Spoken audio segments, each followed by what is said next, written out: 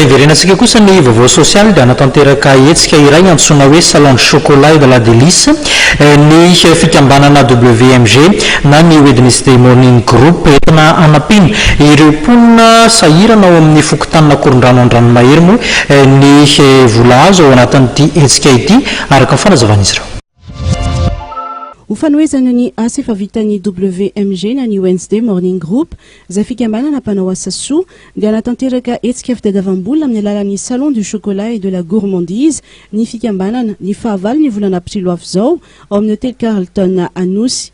Anangona vola hatramin'ny 400 tapitrisa ariary no tanjon'ny hetsika raha ny fanazavana ka ireo vola ireo dia entina manontolo amin'ny fanoizana andreo asa izay efa vita tao an-korondrano an-dranomahery izay fananaovan'ny fikambanana asa soa.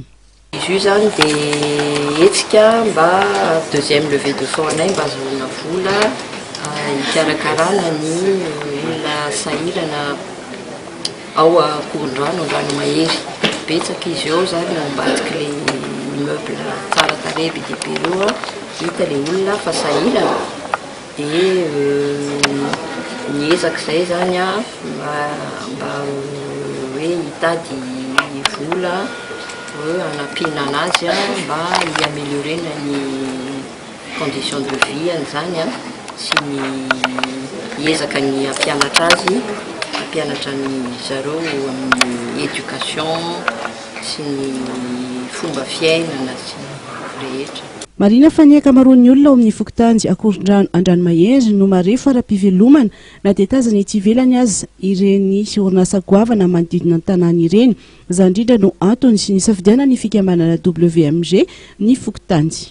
Tena toerana tena izay mampalemy mampalemy mihitsy efa tao taloha moa izany izay efa tao mikohana alohan'ny toilette sy ny WC sy ny bassin lavoir fa ny hevitra izany dia mianatsara an'io tanteraka. Tsy miteny hoe vitandohany rapitso fa mety ho elaela dia secteur par secteur nanaovana azy. Marina fa efa nanavao ny fanasandama tao amin'ny fokotany ny WMG ary efa nametraka toeram-pivoahana misa roa ary misy ihany koa ny fanavaozana ny EPP. Ny faritra fahenina no anohizana ny asa raha araka ny fanazavana ary ankoatra ny hetsika fanadiovana dia isy ihany koa ny hetsika fanabeazana ny mponina eo amin'ny lafiny fahadiovana.